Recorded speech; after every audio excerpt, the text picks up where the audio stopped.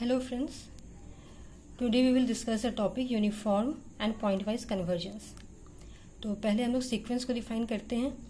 Sequence is a function f from set of natural number to a non empty set a. अगर ये a r का subset होता है तो इसको हम लोग सीक्वेंस ऑफ रियल नंबर बोलते हैं. अगर a set of complex number का सबसेट है then it is called sequence of complex number. If a is equal to set of function तो इसको हम लोग सीक्वेंस ऑफ फंक्शन बोलते हैं.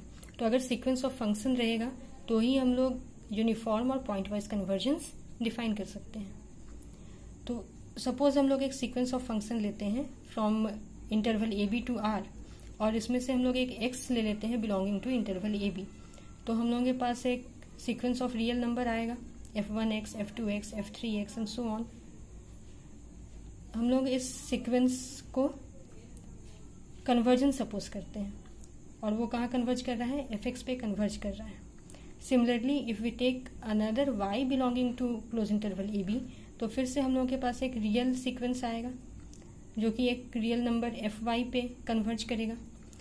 तो ये एक्चुअली है क्या, fx से हम लोगों का limit n tends to infinity of fnx. ये रियल सीक्वेंस है और इसका लिमिट क्या हो रहा है, fx हो रहा है. तो ये fx भी कहाँ से कहाँ डिफाइन होगा, ये क्लोज इंटरवल ए बी से r पे डिफाइन होगा.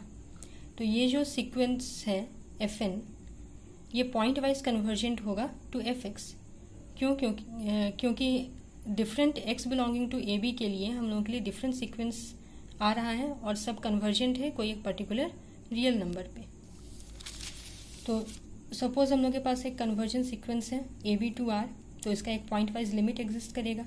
तो अब क्वेश्चन है कि अगर ये एक फंक्शन कंटिन्यूअस है तो क्या f भी कंटिन्यूअस है, अगर ये डिफरेंशिएबल है तो क्या ये f भी डिफरेंशिएबल है, और अगर ये इंटीग्रेबल है तो क्या ये f भी इंटीग्रेबल है. तो पॉइंट वाइज लिमिट fx में ऐसा नेसेसरी नहीं है कि गिवन फंक्शन अगर कंटिन्यूअस, डिफरेंशिएबल या फिर इंटीग्रेबल है तो हम लोगों का पॉइंट वाइज लिमिट भी कंटिन्यूअस, डिफरेंशिएबल या इंटीग्रेबल हो. ऐसा हो सकता है कि जितना भी हम लोगों का पॉइंट वाइज लिमिट है उसमें से कोई एक हो जो कि कंटिन्यूअस नहीं हो. तो हम लोगों को यहाँ एक रिस्ट्रिक्शन लगाना है तो जिससे कि अगर ये फंक्शन हम लोग का कंटिन्यूअस, डिफरेंशिएबल या इंटीग्रेबल है तो f भी वैसा हो जाए.